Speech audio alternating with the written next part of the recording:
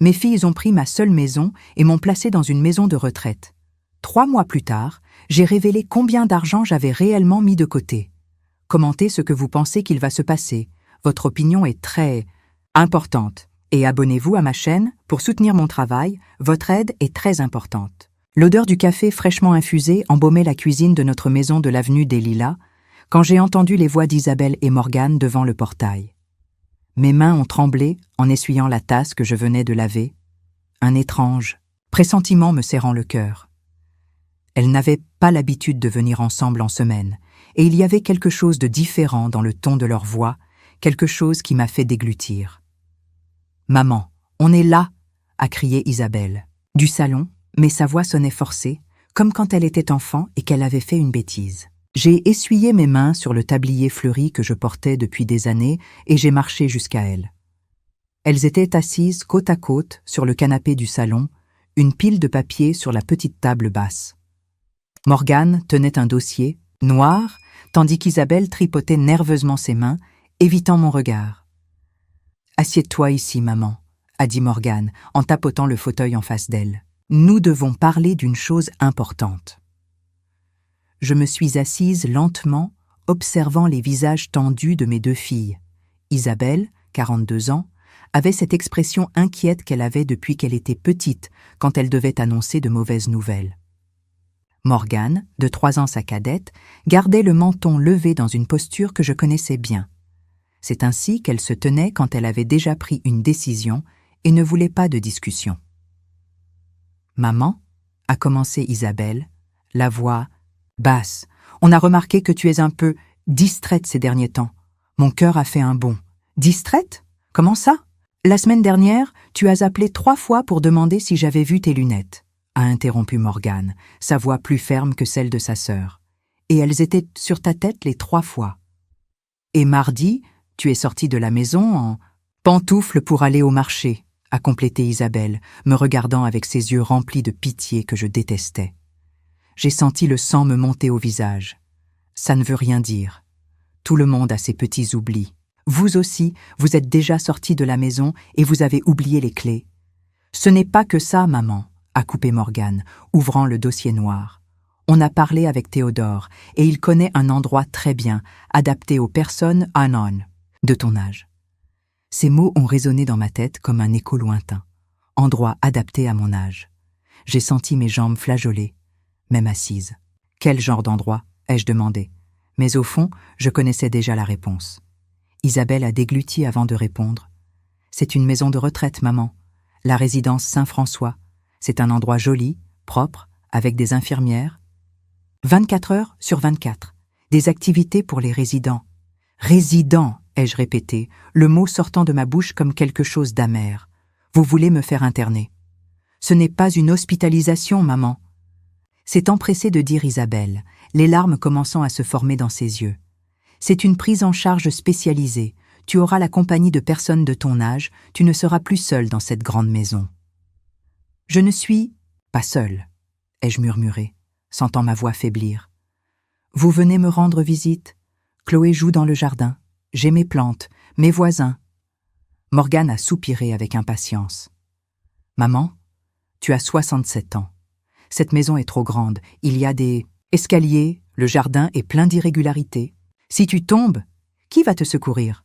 Si tu oublies le gaz allumé, qui va s'en rendre compte? Je n'ai jamais oublié le gaz allumé, ai-je protesté, sentant les larmes me brûler les yeux. Pas encore, a répondu froidement Morgane. Mais ce n'est qu'une question de temps. On ne peut pas avoir la conscience tranquille si quelque chose arrive. Théodore est apparu sur le pas de la porte à ce moment-là, portant d'autres papiers. Mon gendre a toujours été un homme pratique, et aujourd'hui il semblait particulièrement concentré sur les affaires. Il m'a salué avec un baiser sur la joue qui ne portait pas la tendresse habituelle. « Madame Dubois », a-t-il dit, s'asseyant. À côté de Morgane, j'ai apporté ici les documents de la résidence Saint-François. Vous pouvez jeter un coup d'œil, voir que c'est vraiment un très bon endroit. J'ai pris les papiers avec des mains tremblantes. Il y avait des photos en couleur de chambres propres, de jardins bien entretenus, de dames souriantes participant à des activités d'artisanat. Ça ressemblait à un hôtel, Mais je savais que ce n'en était pas un. C'était l'endroit où les enfants placent les parents dont ils ne veulent plus s'occuper. « Vous avez visité l'endroit ?» ai-je demandé, en feuilletant les documents. « Bien sûr, maman », a répondu rapidement Isabelle. « On y est allé la semaine dernière.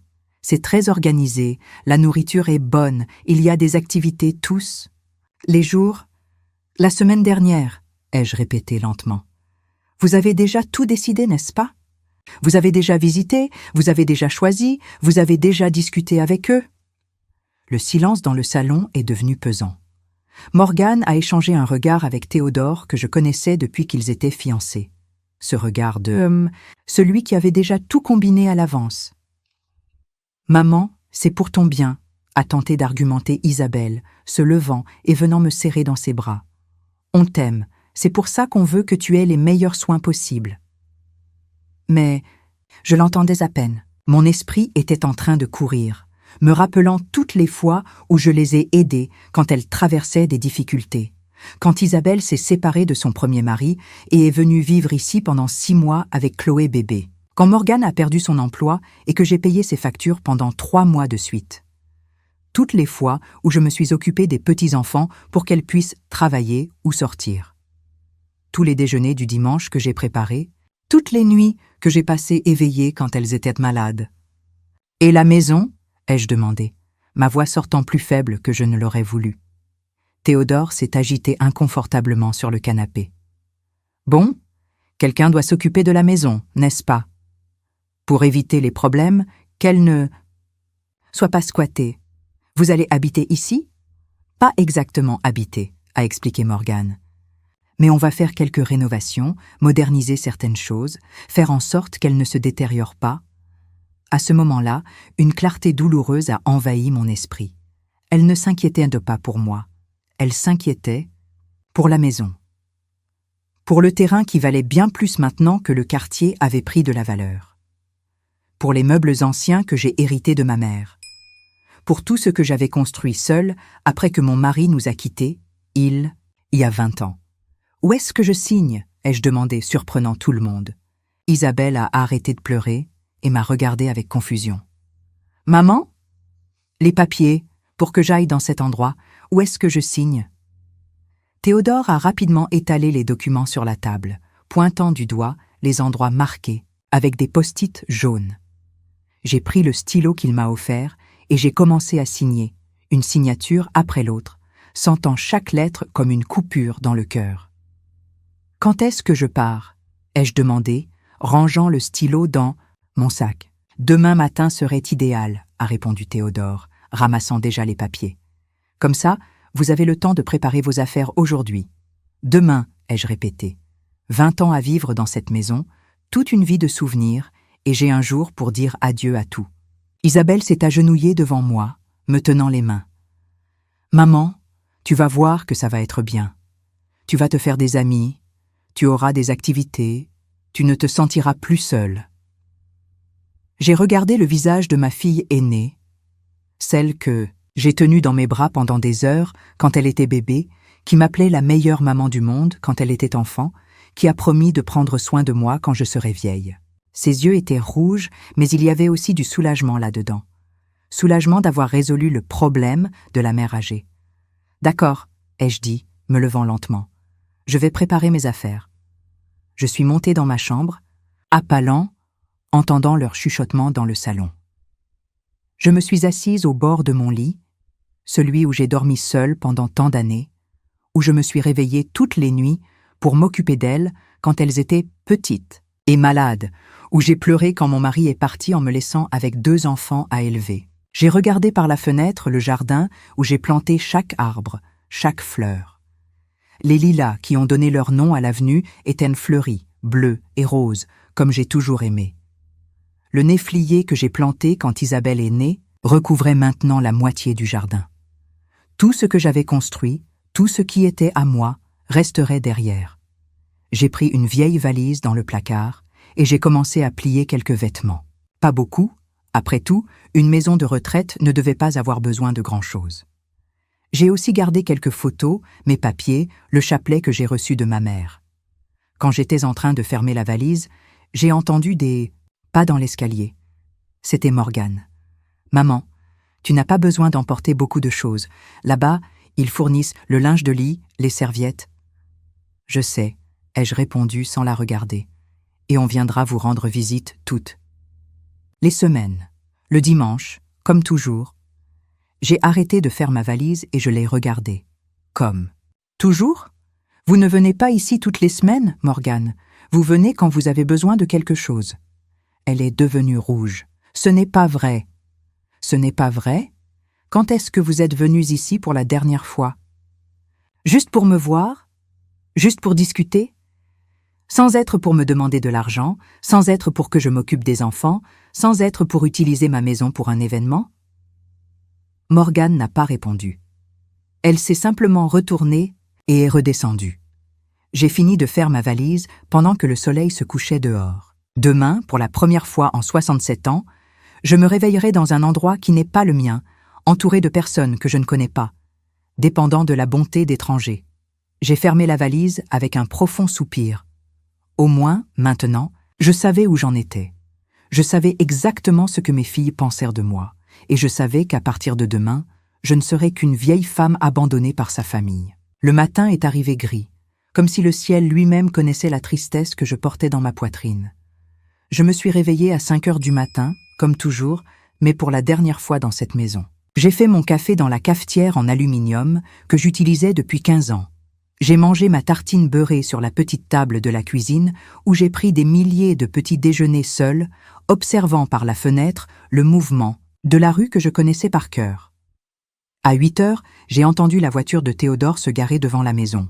Isabelle est descendue la première, avec les yeux gonflés d'avoir tant pleuré. Morgane est sortie du côté passager, sérieuse et déterminée, portant un dossier avec mes papiers. « Prête, maman » a demandé Isabelle, prenant ma petite valise. « Prête » ai-je menti, jetant un dernier regard au salon où j'ai regardé. Tant d'émissions de télévision, où j'ai reçu mes amis pour prendre le café, où j'ai vu mes petits-enfants grandir en jouant sur le tapis fleuri. La résidence Saint-François était située de l'autre côté de la ville, dans un quartier que je ne connaissais pas bien. Pendant le trajet de 15 minutes, personne n'a beaucoup parlé. Théodore conduisait concentré, Morgane tripotait, son téléphone, et Isabelle tenait ma main, la serrant de temps en temps comme si cela pouvait atténuer la douleur que nous ressentions toutes.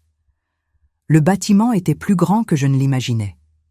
3 étages de briques claires, avec un petit espace vert devant et quelques fauteuils roulants vides éparpillés sur le balcon. Une plaque discrète à l'entrée disait « Résidence Saint-François, soins et dignité pour le 3e âge ». Nous sommes arrivés, a annoncé Théodore, coupant le moteur. La réceptionniste, une jeune femme en uniforme blanc, nous a accueillis, avec un sourire professionnel. « Madame Dubois, nous vous attendions. Je suis Marcia, je vais vous aider à vous installer. » Pendant qu'elle parlait des horaires, des repas et des activités, j'observais l'environnement. Le sol était en céramique, lisse, les murs peints d'un vert clair qui tentait d'être joyeux mais ne réussissait qu'à être triste. Il y avait une odeur de désinfectant mélangée à quelque chose de sucré, peut-être des biscuits ou un parfum bon marché. « Votre chambre est au 2e étage, a expliqué Marcia, nous guidant vers l'ascenseur. Vous allez la partager ? Avec Madame Carmela, une dame très sympathique de 82 ans. Je suis sûre que vous allez bien vous entendre. » Partager une chambre. À 67 ans, après avoir vécu seule pendant 20 ans, j'allais partager une chambre avec une inconnue. La chambre était petite mais propre. 2 lits simples, 2 petites commodes, une fenêtre donnant sur la cour intérieure où quelques personnes âgées marchaient lentement. Madame Carmela était assise sur son lit, une dame toute petite aux cheveux blancs attachée en un chignon, bas. « Bonjour, ma belle », a-t-elle dit, se levant difficilement. « Je suis Carmela. Vous devez être la Madame Dubois dont la jeune femme a parlé. »« C'est moi, » ai-je répondu, forçant un sourire. « Quel plaisir d'avoir de la compagnie. Je suis ici depuis 3 mois et je ne me suis toujours pas habituée au silence des nuits. » Isabelle a aidé à mettre mes quelques vêtements dans la commode. Morgane a vérifié si j'avais tous mes médicaments en quantité suffisante. Théodore parlait avec l'infirmière du régime de santé et des modalités de paiement. « Bon, maman, » a dit Isabelle après que tout ait été organisé. « Je crois qu'il vaut mieux qu'on y aille, pour que tu commences à t'habituer. » Elle m'a serré fort dans ses bras, et j'ai senti ses larmes mouiller mon épaule. « Pardon, maman. Pardon pour tout. » Morgane m'a donné un baiser sur la joue. « On viendra te rendre visite dimanche, d'accord ?» Et puis elles sont parties, me laissant là avec Madame Carmela et mon cœur brisé. « C'est difficile les premiers jours, » a dit doucement Carmela, s'asseyant sur mon lit. « Mais après, on s'habitue. »« Vous êtes ici depuis 3 mois ?»« 3 mois et 12 jours, » a-t-elle répondu avec précision. Mon fils a pensé qu'il valait mieux que je vienne ici après être tombé dans la salle de bain. Il habite à Paris, il travaille beaucoup, il n'a pas le temps de s'occuper d'une vieille maman. Je l'ai regardé, voyant ma propre douleur reflétée dans ses yeux fatigués. « Et vous, pourquoi êtes-vous venu ?» J'ai raconté mon histoire, et Carmela a hoché la tête avec compréhension. « C'est toujours la même chose, ma belle. On élève ses enfants, on se sacrifie toute sa vie, et final, c'est nous qui dérangeons. » Cette première nuit, allongée dans un lit qui n'était pas le mien, dans une chambre qui sentait l'inconnu, j'ai entendu Carmela pleurer doucement. Elle pensait que je dormais, mais j'entendais chaque sanglot contenu, chaque soupir de nostalgie. « Madame Carmela, » ai-je murmuré dans le noir. « Pardon, ma belle, je ne voulais pas te réveiller. Je ne dormais pas. J'ai aussi envie de pleurer. » Alors pleurons ensemble. Parfois, il vaut mieux ne pas tout garder à l'intérieur de soi. Et c'est ainsi que j'ai passé ma première nuit à la résidence Saint-François, pleurant doucement, avec une inconnue qui, soudain, semblait comprendre ma douleur mieux que mes propres filles. Les jours suivants se sont éternisés dans une routine que je n'avais pas choisie.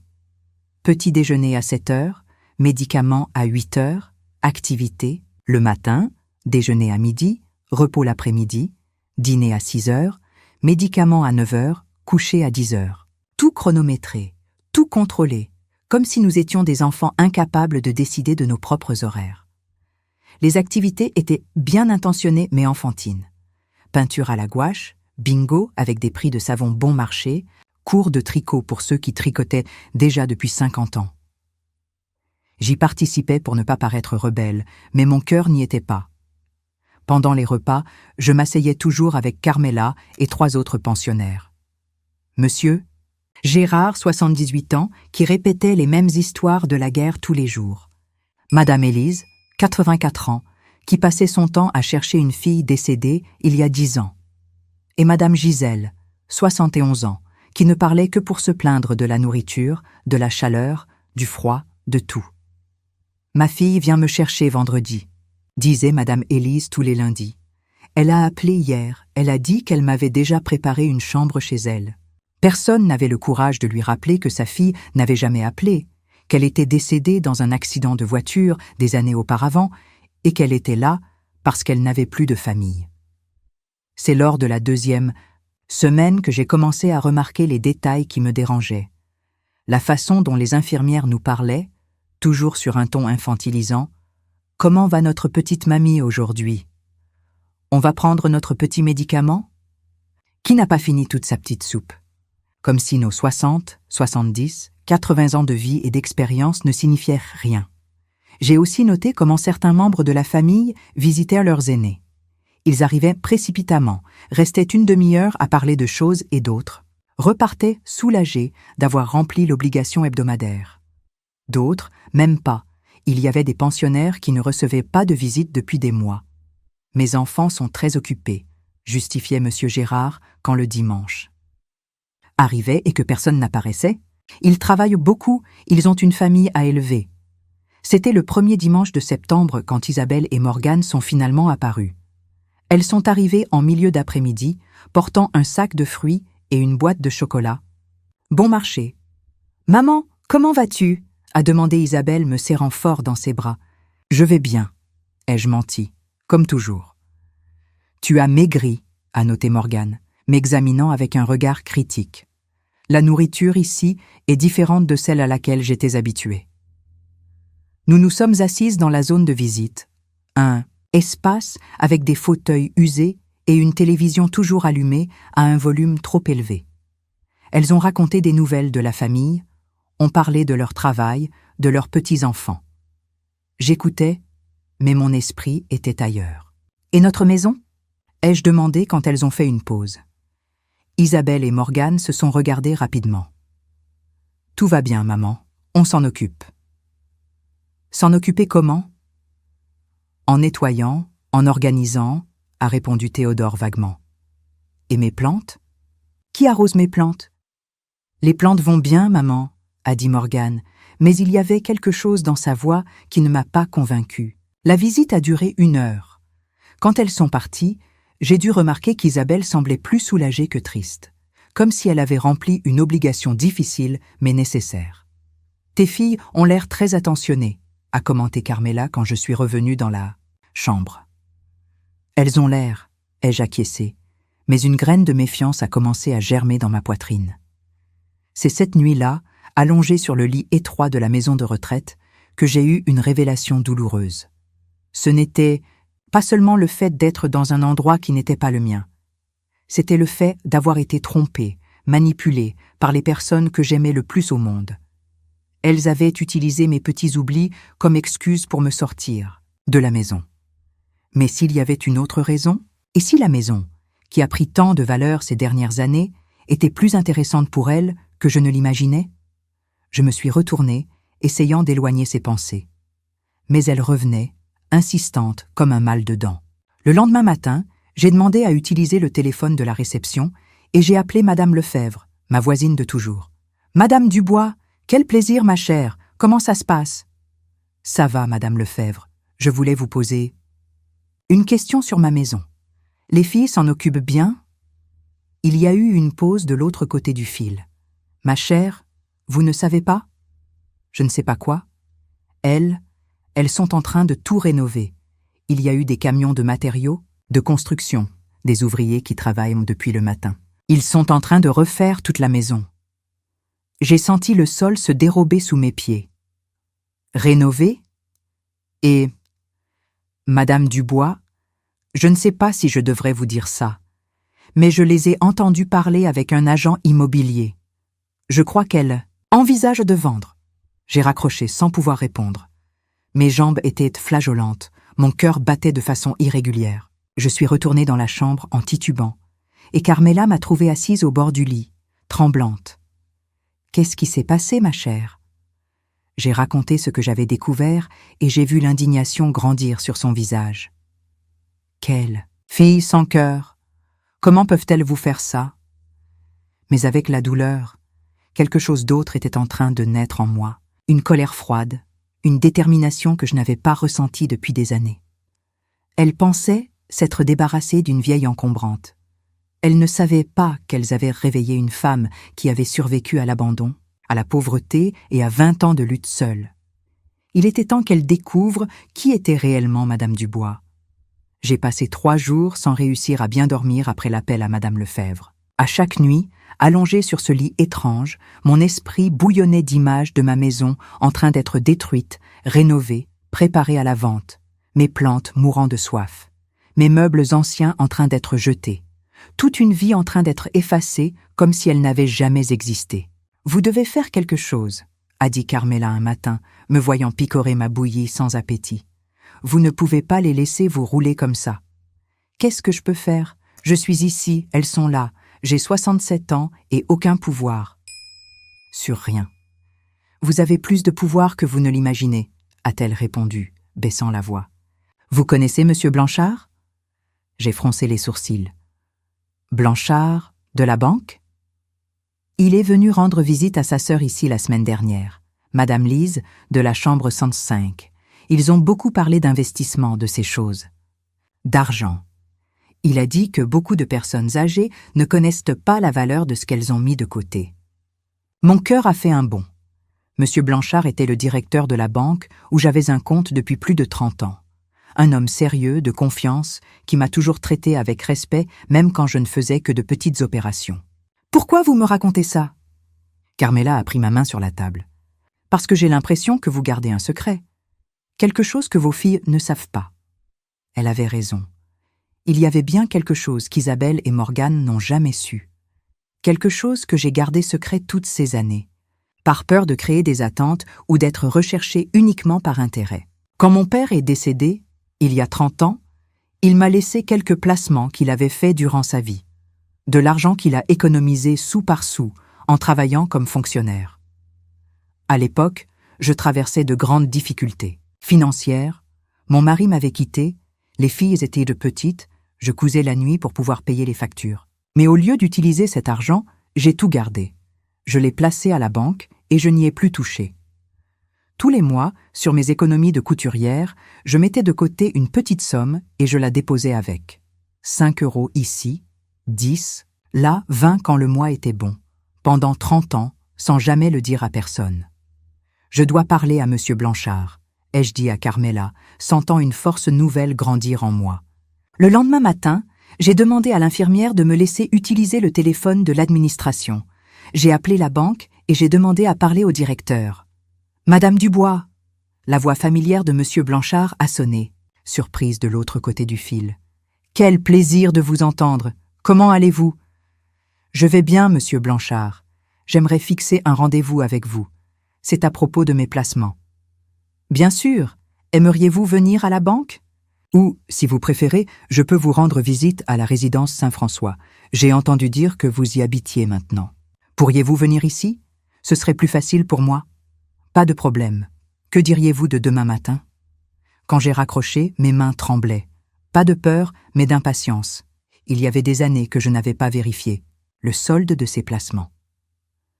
Je savais que tout était là, grandissant silencieusement, mais je n'ai jamais voulu savoir combien. Carmela m'a aidé à choisir ma plus belle tenue pour la réunion. Une robe bleu marine que j'ai sortie du placard, de la maison, discrète mais élégante. J'ai attaché mes cheveux en un chignon bas et j'ai mis un rouge à lèvres clair. Monsieur Blanchard est arrivé ponctuellement à 10 heures du matin, portant un porte-document en cuir et un sourire sincère. C'était un homme d'une 60aine, d'années, aux cheveux grisonnants, toujours bien habillé et poli. « Madame Dubois, quel plaisir de vous voir », a-t-il dit, me saluant avec une poignée de main ferme. Nous nous sommes assis dans une petite salle réservée que la direction de la résidence a mise à disposition.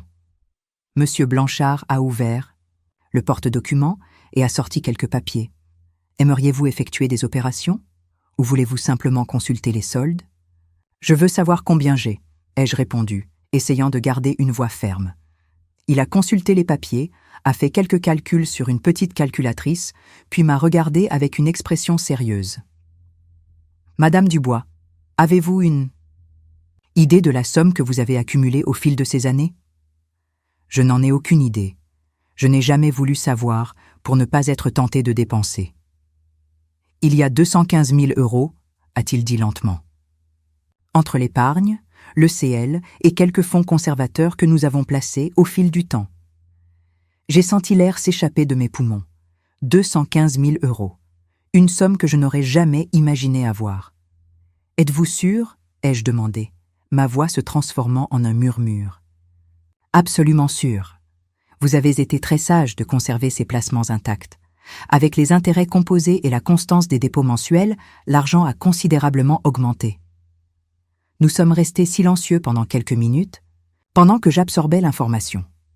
Moi, qui me suis toujours crue une couturière pauvre, une veuve sans ressources, j'avais en réalité une somme considérable mise de côté. « Monsieur Blanchard, ai-je dit finalement, j'aimerais vous poser quelques questions sur mes droits. »« Bien sûr, vous pouvez demander. »« Si je voulais acheter une maison, ce serait possible ? » ?»« Bien sûr, avec cette somme, vous pourriez acheter une bonne maison dans plusieurs régions. »« Et si je voulais quitter cet endroit, vivre seul à nouveau ?»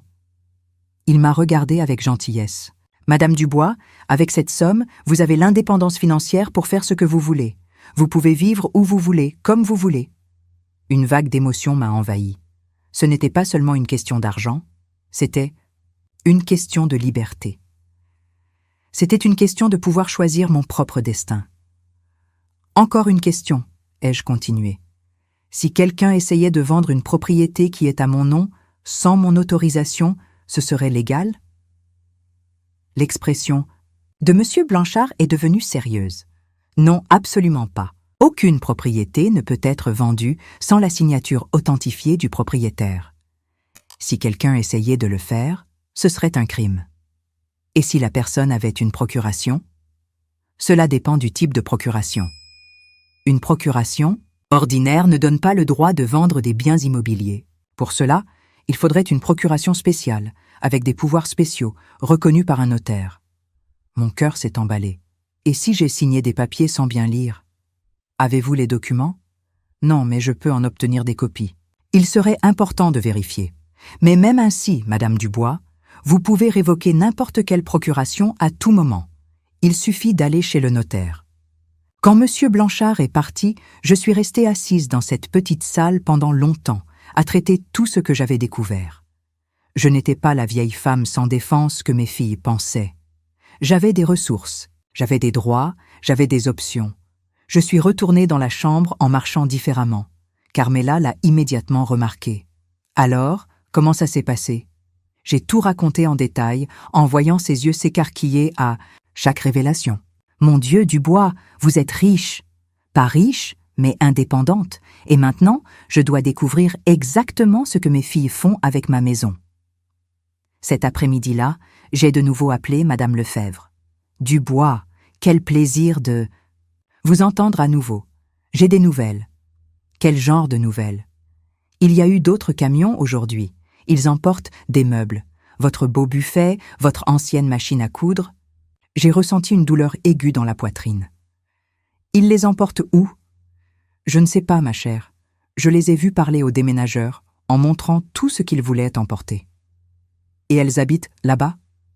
Non. Elles ne viennent que pour superviser le travail. J'ai entendu dire qu'il y avait déjà un acheteur intéressé par la maison. J'ai raccroché le téléphone avec le cœur battant fort. Mes filles ne faisaient pas que rénover la maison. Elles se débarrassaient de tout ce qui était à moi, en vendant toute ma vie comme si c'était de vieilles ordures. Mais maintenant, je savais quelque chose qu'elles ne savaient pas. J'avais le pouvoir de réagir. « Carmela », ai-je appelé ma compagne de chambre, « j'ai besoin de votre aide pour quelque chose. » « Ce que vous voulez, ma chère. »« J'ai besoin de sortir d'ici demain. »« Matin, sans que personne ne le sache. Vous m'aidez ?» Elle a souri, et pour la première fois, j'ai vu une lueur espiègle dans ses yeux fatigués. « Bien sûr que je vous aide.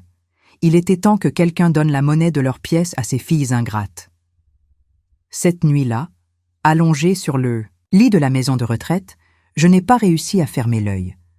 Mais pour la première fois depuis des mois, ce n'était pas de tristesse. C'était d'impatience. Demain, Isabelle et Morgane découvriraient qu'elles avaient complètement sous-estimé la mère qu'elles pensaient avoir contrôlée. Je me suis réveillée à 5 heures du matin, avant même que le réveil ne sonne. Carmela était déjà debout, en train de préparer ma petite valise avec le soin d'une conspiration. « Êtes-vous sûre de vouloir faire ça ?» a-t-elle murmuré, en pliant ma robe bleu marine. « Je n'ai jamais été aussi sûre de rien de toute ma vie, » ai-je répondu en enfilant ma plus belle tenue. « Elles pensent qu'elles m'ont enfermée ici pour toujours. Elles vont avoir une surprise. » Le plan était simple. Carmela feindrait de se sentir mal pendant le petit déjeuner, créant une distraction pendant que je sortais par la porte de derrière. J'avais appelé un taxi la veille, au soir, en le commandant pour 6h30 au coin de la rue. « Quand elles demanderont après moi, ai-je commencé. Je dirai que vous êtes sorti vous promener dans le jardin et que vous n'êtes pas revenu. Que quand je suis allé vous chercher, vous aviez disparu, a complété Carmela avec un sourire complice. À 6h15, nous sommes descendus ensemble à la salle à manger. Le petit déjeuner était en train d'être servi et quelques infirmières circulaient entre les tables. Carmela s'est dirigée vers la table où nous nous asseyons toujours et je suis allé discrètement vers l'arrière du bâtiment. La porte de secours à l'arrière était déverrouillée, comme Carmela l'avait découvert pendant ses promenades matinales. Je suis sorti sans regarder en arrière, en marchant rapidement dans la rue jusqu'à ce que j'arrive au coin convenu. Le taxi m'attendait. Un monsieur d'une 50aine d'années, sympathique, qui n'a pas posé de questions sur une vieille dame sortant d'une maison de retraite si tôt. « Où vous emmènais-je, madame ?»« Au centre-ville, s'il vous plaît. J'ai besoin de régler des affaires chez le notaire. » Pendant le trajet, j'ai observé la ville s'éveiller. Les rues que je connaissais depuis tant d'années, le mouvement des travailleurs allant à leur travail, les magasins qui ouvraient. Tout était pareil, mais j'étais complètement différente. Chez le notaire, j'ai demandé à parler au notaire. J'ai expliqué ma situation et j'ai demandé des copies de tous les documents que j'avais signés le jour où je suis allé à la maison de retraite. « Madame, la procuration que vous avez signée est bien limitée, » a-t-il expliqué après avoir analysé les papiers. Elle permet seulement l'administration basique des biens, pas la vente de biens immobiliers. Alors elles ne peuvent pas vendre ma maison? Pas sans votre autorisation expresse et votre présence physique chez le notaire. J'ai ressenti un soulagement immense. Et si je veux révoquer cette procuration? C'est simple, il suffit de signer un document ici même. J'ai signé la révocation sur le champ, sentant un poids s'enlever de mes épaules. Désormais, quoi qu'elles veuillent en faire avec mes biens, elles auraient besoin de ma présence et de mon accord. Du notaire, je suis allé directement à la banque. Monsieur Blanchard m'a reçu immédiatement. « Madame Dubois, je ne m'attendais pas à vous voir si tôt. »« Changement de plan ?» ai-je répondu en m'asseyant en face de son bureau. « Je veux acheter une maison. Aujourd'hui. » Il a cligné des yeux, surpris. « Aujourd'hui? Avez-vous déjà une maison en vue? » En fait, oui, j'ai toujours rêvé d'habiter à Deauville. L'air y est plus pur, c'est plus tranquille, plus joli. Je peux vous indiquer un agent immobilier de confiance. Mais êtes-vous sûr de vouloir quitter la région? Et votre famille? J'ai regardé par la fenêtre de la banque, en voyant le mouvement de la ville où j'ai vécu toute ma vie. Ma famille m'a placé dans une maison de retraite pour se débarrasser de moi. Je pense qu'elles ont clairement fait comprendre qu'elles ne veulent pas de moi près d'elles. Monsieur Blanchard a pris le téléphone et a appelé un agent immobilier à Deauville. Après une conversation rapide, il a fixé une visite pour le même jour dans l'après-midi. Laurent viendra vous chercher ici à la banque à 14 heures. Il a plusieurs options qui pourraient vous intéresser. Pendant que j'attendais, j'ai marché dans les rues du centre-ville. Je suis passé devant le magasin où Morgane travaillait, mais je ne suis pas entré. J'ai vu de loin ma fille cadette en train d'organiser des vêtements dans une vitrine, sans imaginer que j'étais libre, dans la rue, en train de prendre des décisions concernant ma propre vie. À 14 heures pile, Laurent est venu me chercher, à la banque. C'était un homme d'âge mûr, expérimenté, qui a discuté avec moi pendant tout le trajet vers Deauville des options de maisons dans la région. La première maison que nous avons visitée était trop petite, la deuxième, trop grande. Mais la troisième? Ah, la troisième était parfaite. Elle se trouvait rue des Hortensias, une rue calme, avec des maisons bien entretenues et beaucoup de verdure. C'était une maison de plein pied, avec 2 chambres, un salon, une cuisine et une charmante véranda donnant sur un jardin petit mais fleuri. Il y avait des hortensias bleues devant, exactement comme ceux de mon ancienne rue. « Combien coûte-t-elle » ai-je demandé, sachant déjà que ce serait ma nouvelle maison. « 100 000 €, a répondu Laurent. La propriétaire doit vendre rapidement pour des raisons de déménagement à l'étranger. « Je peux l'acheter comptant aujourd'hui même » Laurent m'a regardé avec surprise. « Bien sûr, mais êtes-vous sûr? Ne voulez-vous pas y réfléchir encore un peu? » J'ai 67 ans. Je n'ai pas le temps de rester à réfléchir. Nous sommes retournés à la banque et nous sommes allés directement chez le notaire. En 2 heures, tous les papiers étaient signés, l'argent transféré et j'avais les clés de ma nouvelle maison dans mon sac. « Madame Dubois, » a dit Laurent quand nous sommes sortis du bureau du notaire. « Puis-je vous demander quelque chose? Vous n'avez pas de famille ici dans la région? » J'en ai, mais parfois, la famille que l'on a n'est pas celle qui nous traite le mieux. Il a hoché la tête avec compréhension. « Je comprends parfaitement. Si vous avez besoin de quoi que ce soit à Deauville, vous pouvez m'appeler. Voici ma carte. Je suis retourné à la résidence Saint-François à 17 heures. » La confusion était déjà à son comble. Plusieurs infirmières me cherchaient, Carmela faisait semblant d'être inquiète et la directrice avait appelé mes filles. « Madame Dubois, où étiez-vous? Nous étions inquiètes » a dit l'infirmière en chef. Quand elle m'a vue entrer, j'étais sortie régler des affaires. Je ne savais pas que c'était interdit. « Mais vous n'avez pas prévenu? Et vous êtes partie si tôt? Eh bien, maintenant je suis revenue. Et j'ai une nouvelle. Je m'en vais demain. » Le silence à la réception a été total. « Comment ça, vous vous en allez? J'ai trouvé un endroit où habiter. Merci pour les soins, mais je n'ai plus besoin de rester ici. » La directrice est arrivée en courant. « Madame Dubois, vous ne pouvez pas simplement partir comme ça. Il y a des procédures, il faut prévenir la famille. » Ma famille m'a amenée, ici contre ma volonté. Maintenant, je pars de ma propre volonté. Cette nuit-là, Carmela m'a aidé à ranger les dernières choses pendant que je lui racontais ma nouvelle maison. « Quel bonheur pour vous, ma chère », a-t-elle dit en souriant. « Vous allez être très heureuse. Et vous, vous n'avez pas envie de quitter cet endroit ? Ah, mon cas est différent. Je n'ai nulle part où aller, je n'ai pas d'argent mis de côté comme vous, mais je suis contente de savoir qu'au moins l'une de nous a réussi à s'échapper. » J'ai serré Carmela fort dans mes bras. En quelques mois, elle était devenue une amie plus sincère que beaucoup de personnes que j'ai connues toute ma vie. Le lendemain matin, j'ai quitté la résidence Saint-François en portant ma petite valise et un cœur rempli d'espoir.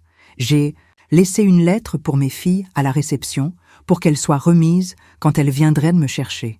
« Chères Isabelle et Morgane », ai-je écrit d'une écriture ferme. Vous m'avez amené ici en disant que c'était pour mon propre bien. Maintenant, je m'en vais pour mon propre bien. J'ai trouvé un endroit où je me sens valorisée et où je peux vivre avec dignité. Ne vous inquiétez plus pour moi. Vous avez finalement obtenu la liberté que vous vouliez tant. Maintenant, j'ai aussi obtenu la mienne.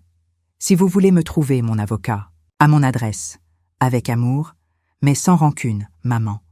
Le taxi m'a emmené directement à Deauville. Pendant les 40 minutes de trajet, j'ai observé le paysage changer, les champs devenir plus proches, l'air devenir plus pur. À chaque kilomètre, je me sentais plus légère, plus libre. Quand nous sommes arrivés rue des Hortensias, j'ai demandé au chauffeur d'attendre pendant que j'ouvrais le portail de ma nouvelle maison. J'ai mis la clé dans la serrure, je l'ai tournée lentement et j'ai poussé la porte. La maison sentait les possibilités. La lumière de l'après-midi entrait par les fenêtres, illuminant les pièces vides qui seraient bientôt remplies de mes affaires, de mes rêves, de ma nouvelle vie. J'ai marché jusqu'à la véranda du fond et j'ai regardé le jardin. Il y avait de l'espace pour planter des hortensias, des roses, peut-être quelques légumes. Il y avait une chaise à bascule ancienne laissée par l'ancienne propriétaire, parfaite pour que je prenne mon petit déjeuner en écoutant les oiseaux. Je me suis assise sur cette chaise et pour la première fois depuis des mois, j'ai souri sincèrement. À 67 ans, je recommençais ma vie, seule, indépendante, libre. Mes filles pensaient se débarrasser d'un fardeau. Elles ne savaient pas qu'elles avaient libéré une femme qui avait encore beaucoup à vivre. 3 mois se sont écoulés depuis que j'ai déménagé à Deauville et ma vie s'est complètement transformée. Je me réveille quand je veux, je prends mon petit déjeuner sur la véranda en écoutant les mésanges chanter, je m'occupe de mon jardin qui est déjà en train de fleurir, et pour la première fois depuis des décennies, je n'ai besoin de rendre de compte à personne sur mes horaires, mes dépenses, mes choix. J'ai acheté de nouveaux meubles, rien de luxueux, mais tout choisi par moi, à ma façon. Une table ronde en bois pour la cuisine, un canapé confortable, pour le salon, un lit avec un matelas ferme qui ne me donne pas mal au dos.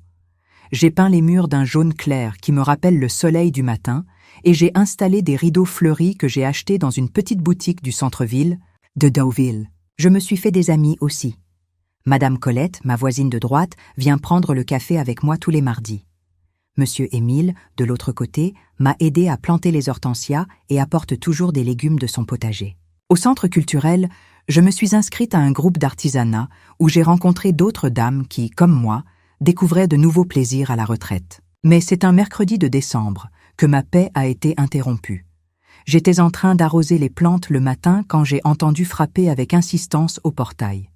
C'était Théodore, et à son visage rouge et en sueur, j'ai compris qu'il n'apportait pas de bonnes nouvelles. « Madame Dubois !» a-t-il crié quand il m'a vu. « Dieu merci, je vous ai trouvé !» J'ai ouvert le portail lentement, en observant mon ex-gendre avec curiosité. Il était plus mince, avec des cernes profondes, et ses vêtements n'avaient pas le même aplomb qu'avant. « Théodore, que faites-vous ici ? » « Vous devez revenir, vous devez nous aider, » a-t-il dit, presque essoufflé. « Tout a mal tourné, Madame Dubois, tout a très mal tourné. »« Entrez, » ai-je dit, plus par politesse que par envie. « Nous allons parler sur la véranda. » Je lui ai servi un café qu'il a bu avec des mains tremblantes. Je me suis assise sur ma chaise à bascule préférée et j'ai attendu qu'il se calme.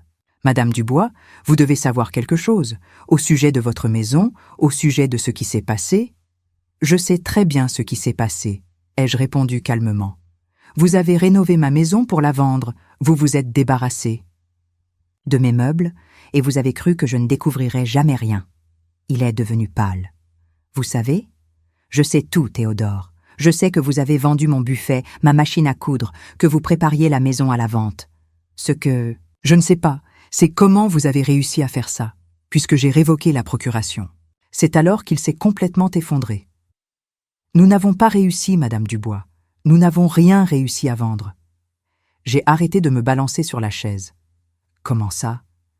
Quand nous avons découvert que vous vous étiez enfui de la maison de retraite et que vous aviez révoqué la procuration, nous avions déjà dépensé une fortune dans la rénovation. Nous avons contracté des prêts, nous avons acheté des matériaux, nous avons payé des maçons, tout en pensant que nous allions récupérer l'argent avec la vente de la maison. Une sensation étrange a commencé à grandir dans ma poitrine. Et ensuite? La maison est toujours à votre nom. L'acheteur a renoncé quand il a appris que nous n'avions pas l'autorisation légale de vendre. Nous sommes endettés envers tout le monde. La banque, les fournisseurs, les ouvriers. Théodore a passé ses mains sur son visage, désespéré. Isabelle est malade de nerfs. Morgane a perdu son emploi au magasin parce qu'elle a beaucoup manqué pour s'occuper des problèmes. Nous sommes ruinés, Madame Dubois. Je suis restée silencieuse en traitant ce que j'entendais. Mes filles, qui m'ont placée dans une maison de retraite pour s'approprier mes biens, étaient maintenant en ruine financière. « Et pourquoi vous me racontez ça ?» ai-je demandé. « Parce que nous avons besoin de vous. Nous avons besoin que vous signiez les papiers de vente. De la maison pour rembourser les dettes. Si nous n'y parvenons pas, nous allons tout perdre. Notre appartement, la voiture, tout est donné en garantie des prêts. » « Je comprends, ai-je répondu, en recommençant à me balancer lentement sur la chaise. « Et où sont Isabelle et Morgane? Pourquoi ne sont-elles pas venues personnellement ?»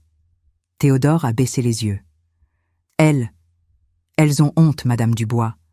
Elles savent qu'elles ont fait une grosse erreur. Isabelle n'arrive même pas à parler du sujet sans pleurer. Et la petite Chloé? Comment va ma petite fille au milieu de tout ça? Elle va bien physiquement. Mais elle est confuse. Elle demande après sa grand-mère. Elle veut savoir pourquoi elle ne peut plus jouer dans la maison de sa mamie. » Cette information m'a touchée comme un coup de poing dans l'estomac. Chloé, ma petite fille de 6 ans, qui courait toujours dans mes bras, qui m'aidait à arroser mes plantes, subissait les conséquences des erreurs de ses parents.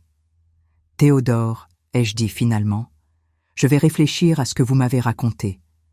Mais d'abord, je veux voir mes filles, je veux qu'elles viennent ici, qu'elles me regardent dans les yeux et qu'elles me demandent pardon personnellement. Vous allez nous aider? Je ne promets rien, mais je mérite au minimum des excuses sincères. » Théodore est sorti de ma maison avec une étincelle d'espoir dans les yeux. Je suis restée sur la véranda en me balançant et en pensant. Il y avait une partie de moi qui prenait plaisir à les voir subir les conséquences de leurs actes. Mais il y avait une autre partie, la partie mère, qui avait mal en sachant que mes filles étaient en difficulté. Le samedi suivant, j'ai entendu des voix connues au portail. C'étaient Isabelle et Morgane, accompagnées de la petite Chloé. Ma petite fille a été la première à me voir quand j'ai ouvert le portail. « Mamie !» a-t-elle crié en courant dans mes bras. « Je pensais que tu avais disparu !» J'ai serré Chloé fort dans mes bras, en sentant son odeur d'enfant, son énergie pure, comme elle m'avait manqué. Mamie n'a pas disparu, ma chérie. Mamie a juste changé de maison. Isabelle et Morgane se sont approchées lentement, comme 2 enfants en train d'être punis. Toutes les 2 avaient les yeux rouges, minces, visiblement bouleversées. « Maman !» a dit Isabelle, la voix étranglée. « On a fait beaucoup d'erreurs. » « Vous avez fait des erreurs, ai-je confirmé, sans colère, en constatant simplement un fait. « Pardon, maman, » a dit Morgane, les larmes coulant sur son visage. « Pardon pour tout. Pour vous avoir placé dans une maison de retraite, pour avoir touché à vos affaires, pour avoir prévu de vendre votre maison, pour avoir vendu mes meubles sans demander, ai-je complété. Pour ça aussi, a-t-elle sangloté. On pensait que vous ne découvririez jamais rien, que vous... resteriez à la maison de retraite pour toujours. Et vous pensez que ça rend tout meilleur? Chloé a tiré ma main. Mamie, pourquoi maman et Tata Morgane pleurent? Je me suis agenouillée à la hauteur de ma petite fille en regardant dans ses yeux innocents. Parfois, les adultes font des choses népravilles, ma chérie, et quand ils se rendent compte de leur erreur, ils sont tristes. Mais maintenant, elles vont demander pardon et tout ira bien à nouveau, n'est-ce pas, mamie? Si seulement c'était aussi simple, ai-je pensé. Nous allons entrer. J'ai besoin de parler avec ta maman et ta tata. Dans le salon de ma nouvelle maison, Isabelle et Morgane ont raconté toute la vérité. Comment elles ont prévu de me placer dans une maison de retraite pour avoir accès à la maison? Comment elles ont cru que j'étais juste une vieille femme sans ressources, facile à manipuler? Comment elles ont dépensé de l'argent qu'elles n'avaient pas en misant sur une vente qu'elles ne pourraient jamais réaliser légalement? Et maintenant, ai-je demandé quand elles ont fini de parler. Maintenant, nous vous demandons de l'aide, a dit Isabelle. Si vous ne signez pas la vente de la maison, nous allons tout perdre. Et si je signe? Nous pourrons rembourser les dettes et peut-être qu'il restera encore un peu d'argent pour recommencer. Je suis restée silencieuse pendant de longues minutes en observant mes filles brisées devant moi. Chloé jouait dans le jardin, inconsciente du drame des adultes. Je signe les papiers, ai-je dit finalement. Leurs visages se sont illuminés de soulagement. Mais, ai-je continué, avec une condition. Tout ce que vous... Oh, voulez, maman? Je veux 50% de la valeur de la vente. Elles se sont regardées, confuses. Mais maman, la maison est à vous de toute façon. Vous pouvez tout garder. Je ne veux pas tout, je veux seulement ma juste part. Vous avez investi dans la rénovation, vous avez commis des erreurs, mais vous avez aussi travaillé. 50% pour moi, 50% pour vous à partager. Mais ça suffira à rembourser les dettes? Ça suffira et il en restera pour que vous puissiez recommencer. À condition que vous soyez plus prudente cette fois. Cet après-midi-là, nous avons signé tous les papiers nécessaires. La maison a été vendue 180 000 €. 80 000 sont restés avec moi, 80 000 sont allés à elle. Quand tout a été réglé, Isabelle m'a serré fort dans ses bras. « Merci, maman, vous nous avez sauvés. »« Non, » ai-je répondu en caressant ses cheveux. « Vous vous êtes sauvés vous-même. Vous avez appris une leçon difficile, mais importante. » Morgane m'a aussi serré dans ses bras en murmurant « Pardon, maman. Pardon pour tout. C'est pardonné.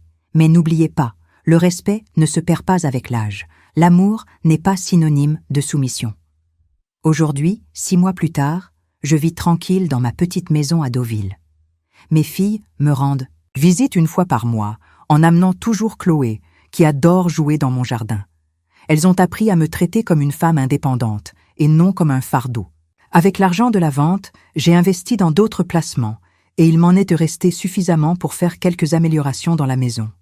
J'ai installé une terrasse sur la véranda, j'ai acheté un hamac pour me reposer les après-midi, chaud, et j'ai adopté une chatte abandonnée que j'ai appelée Espérance. Parfois, quand je suis en train d'arroser les hortensias que j'ai plantées, je pense à la façon dont la vie peut prendre des tournants inattendus. Mes filles pensaient se débarrasser d'une mère encombrante, mais elles ont fini par découvrir une femme forte, indépendante, capable de recommencer à 67 ans. Elles voulaient hanter ma maison, mes biens, ma dépendance. Elles ont fini par apprendre le respect, les conséquences et la véritable valeur d'une mère qui n'abandonne jamais sa famille, même quand sa famille l'abandonne. Hier, Chloé m'a demandé si j'étais heureuse dans ma nouvelle maison. J'ai répondu que oui, très heureuse. Parce que pour la première fois de ma vie, je vivais exactement comme je le voulais, entourée de personnes qui me respectent et me valorisent. Et cela, j'ai découvert à 67 ans, c'est ce qui compte vraiment.